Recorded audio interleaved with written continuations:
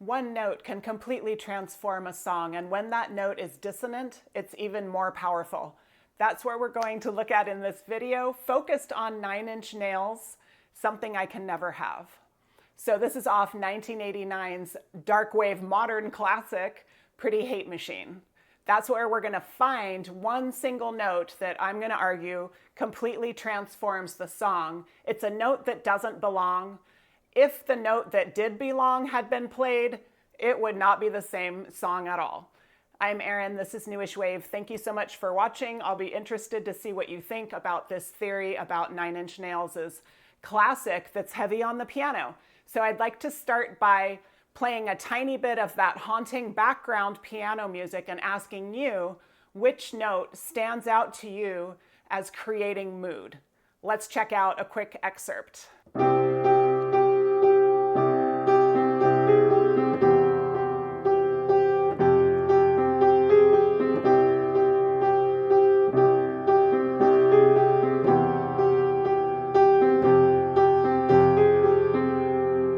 So what did you think? To me, it was the A flat that really stood out. The A flat, a dissonant note that does not belong in the key that we're playing in or in any of the chords we're using, which we're mainly focused on C and F here.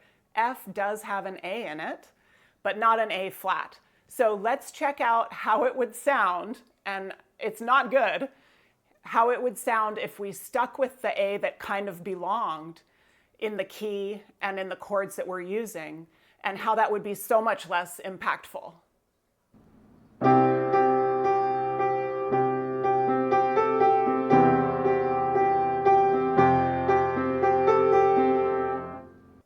Kind of disappointing, right? We've lost the unsteadiness that came from having a note that didn't belong. Here are the notes that do belong in C major, which we're playing in.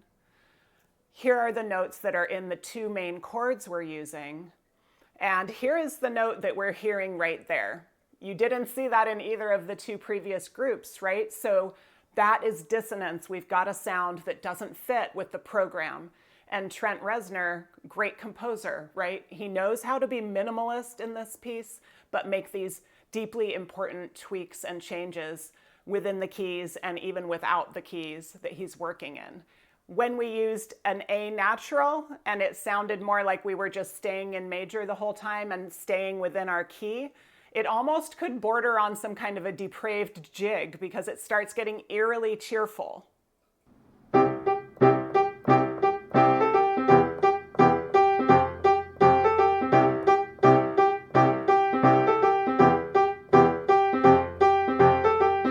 Okay, that's awful. So in my mind, the entire essence of this song depends on that one note, that one choice that Trent Reznor made there. And a second choice that he made, in my mind, was to align the lyrics with the fall of that particular note. So see what you think about this theory. I'm going to put on the screen the lyrics really quickly with just a note for every time that A flat occurs in the background of that lyric, and notice which words kind of get punctuated or highlighted there. Okay, so here's the first verse, and the second verse, and the third verse, and we see how really some of the deeper, darker themes and also just important concepts of this devastating song of haunting despair really come forward through that A flat, that real uneasiness, giving an extra layer to the power of that particular lyric. So at the end of this video, I'll put up a longer example